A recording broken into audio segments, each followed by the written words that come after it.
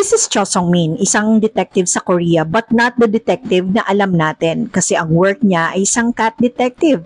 Ang trabaho niya ay hanapin ang mga nawawalang pusa. Kapag may tumawag na kliyente na kailangan ng tulong niya, ang kanyang mga dalang tools ay high-performance flashlights, selfie sticks, endoscope cameras, scoop nets, cat traps, and even crowbars. According to an interview, sabi ni Cho, cats leave home simply out of curiosity.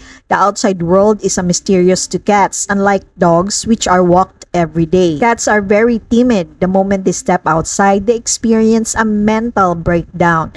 They can't go far away. They are usually found within a 30-meter radius of their home. Kapag kailangan ng malawakang paghahanap, ang ginagawa ni Cho is strategically charts the potential path a cat might take from its last known location.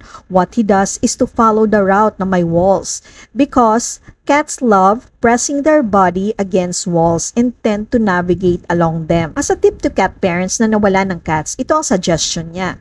Place sheets soiled with the cat's feces or urine around the house and leave the windows open. Cats with a good sense of smell will find their way back home following the familiar scent. Just to add sa sinabi niya, it is a good idea na iwan sa labas ng bahay ang gamit na cat litter para the cat can follow the familiar scent to your home. Cho claims that through his method, he found more than 100 lost cats so far, recording a success rate of about 90%. If you're interested to know how much he earns sa ganong work, clients pay him 200,000 won, that is equivalent to 8,426 Philippine peso upfront to initiate the case. At kapag nakita niya ang pusa, an additional fee of 200,000 won is applied. Bet mo ba ang ganitong work, guys?